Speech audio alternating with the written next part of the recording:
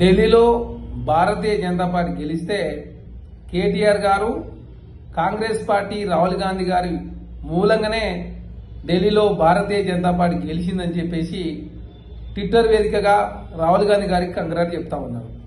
వారి వ్యాఖ్యలను తీవ్రంగా ఖండిస్తూ కాంగ్రెస్ పార్టీ జాతీయ స్థాయిలో బలమైన పార్టీ, ధీటుగా భారతీయ జనతా పార్టీ ఎదుర్కొంటుంది కాంగ్రెస్ పార్టీ. బీఆర్ఎస్ పార్టీ తెలంగాణకు మాత్రమే పరిమితమైంది. ఎంపీ ఎలక్షన్లో 9 స్థానాల నుంచి 0 స్థానాలకు పరిమితమైంది. టీఆర్ఎస్ పార్టీ బీఆర్ఎస్ పార్టీగా మారుస్తున్నాం, మేము మా జాతీయ పార్టీ అని చెప్పుకునే బీఆర్ఎస్ పార్టీ మహారాష్ట్రలో శాఖను ఓపెన్ చేసి పోటీ చేయలేదు. ఆంధ్ర రాష్ట్రంలో రాష్ట్ర అధ్యక్షుడు ఉన్నా కూడా అక్కడ పోటీ చేయలేదు. అదే కాకుండా ఢిల్లీలో కార్యాలయం ఓపెన్ చేసి కూడా జాతీయ స్థాయిలో పోటీ చేయకుండా తెలంగాణలో ప్రభావం కోల్పోతున్నది రోజు రోజుకు బీఆర్ఎస్ పార్టీ మాత్రమే.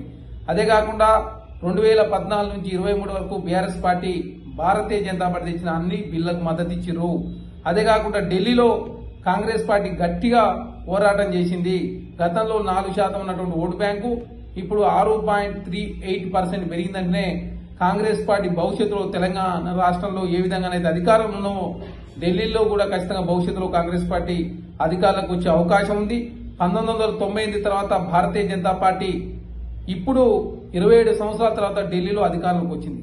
కాబట్టి గతంలో ఢిల్లీలో కూడా కాంగ్రెస్ పార్టీ శీలా దీక్షిత్ గారు 98 నుంచి 2013 వరకు ముఖ్యమంత్రిగా ఉన్నారు ఢిల్లీలో. ఖచ్చితంగా ఢిల్లీ గడ్డ మీద కాంగ్రెస్ పార్టీ జెండా ఎగిరేసుడు.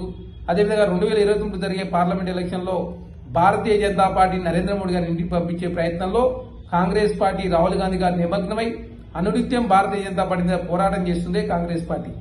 బీఆర్ఎస్ పార్టీ భారతీయ జనతా పార్టీకి సహకరిస్తూ దేశంలో ఆమ్ ఆద్మీ పార్టీ, అదేవిధంగా బీఆర్ఎస్ పార్టీ, ఆంధ్ర రాష్ట్రంలో వైసీపీ లిక్కర్ స్కామ్ పాల్పడి దేశంలో రాజకీయాలను కలుషితం చేసిందే కల్వకుంట్ల కవిత గారు, ఢిల్లీలో కేజ్రీవాల్ గారు, అదేవిధంగా ఆంధ్ర రాష్ట్రంలో మాగుంట కుటుంబం.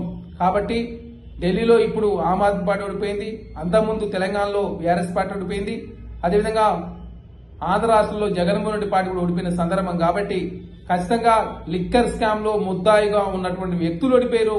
కేజ్రీవాల్ గారు, అది మనోజ్ సిసోడియా గారు, అదేవిధంగా సత్యసింగ్ జైన్ గారు, ఇక్కడ బీఆర్ఎస్ పార్టీ, ఆంధ్ర రాష్ట్రంలో వైసీపీ. కాబట్టి కాంగ్రెస్ పార్టీ భారతీయ జనతా పార్టీ మీద పోరాటం చేస్తుంది, నరేంద్ర మోదీ గారి మీద పోరాటం చేస్తుంది.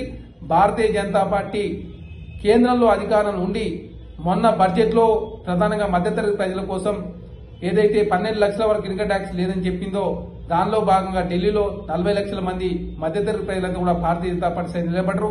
అదే కాకుండా 8వ వేతన సవరణ కమిషన్ ఏర్పాటు చేయడం, అదే కాకుండా మధ్యతరగతి ప్రజలను ఆకర్షించే ప్రయత్నం, మహిళలకు ఉచిత పథకాలు ప్రవేశపెట్టడం, అదే కాకుండా కుంభమేళను ప్రధానంగా చూపిస్తూ హిందూ సెంటిమెంట్ రెచ్చగొట్టే ప్రయత్నం, అదే కాకుండా భారతీయ జనతా పార్టీ అదేవిధంగా ఢిల్లీలో ఆమ్ ఆద్మీ పార్టీ కాంగ్రెస్ పార్టీతో పొత్తు పెట్టుకోకపోవడం మూలంగా ప్రధానంగా అక్కడ ఆమ్ ఆద్మీ పార్టీ ఓడిపోయింది.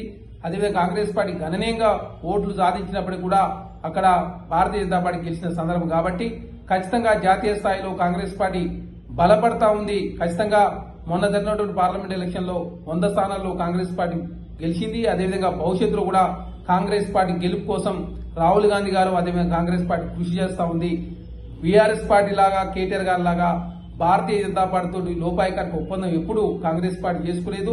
అదేవిధంగా భారతీయ జనతా పార్టీ చేసిన బిల్లులకు ఏనాడు కూడా కాంగ్రెస్ పార్టీ మద్దతు ఇవ్వలేదు. మద్దతు ఇచ్చింది బీఆర్ఎస్ పార్టీ. కాబట్టి కేటీఆర్ గారి వ్యాఖ్యని నేను తీవ్రంగా ఖండిస్తా ఉన్నాను.